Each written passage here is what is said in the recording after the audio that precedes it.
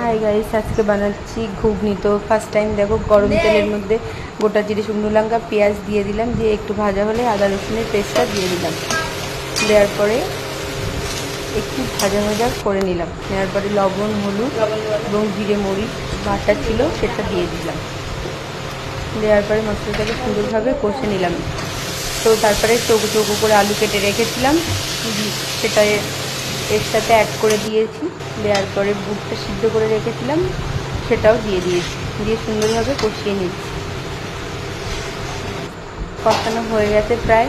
তো তার মধ্যে একটু চিনি দিয়েছিলাম, যদি আপনারা চান তাহলে দিতে পারেন, না দিলেও চলবে। চিনিটা দিলে স্বাদটা সুন্দর হয় ঘুগনি।